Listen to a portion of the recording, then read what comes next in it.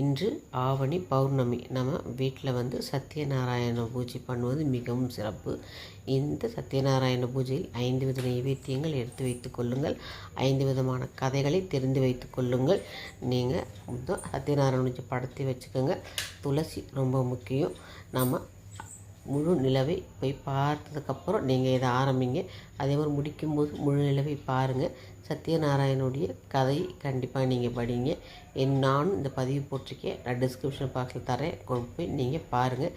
இந்த முழு நிலவு பார்க்கின்ற பொழுது இன்றைக்கி அந்தி வெள்ளி கண்டிப்பாக தெரியும். சாயந்தரம் நீங்கள் மேற்கு பக்கம் அந்தி வெள்ளியோடு கூடிய கிழக்கு பக்கம் நிலவை பாருங்கள். ரொம்ப அற்புதமான ஒரு நாள், அற்புதமான ஒரு காட்சிங்க. அதனால் கண்டிப்பாக பாருங்கள். பல நன்மைகள் நமக்கு ஏற்படும். அந்தி வெள்ளி பௌர்ணமியில் பார்ப்பது மிகவும் சிறப்பு. அதனால் கண்டிப்பாக நீங்கள் இந்த பௌர்ணமிக்கு பாருங்கள். நமக்கு நன்மை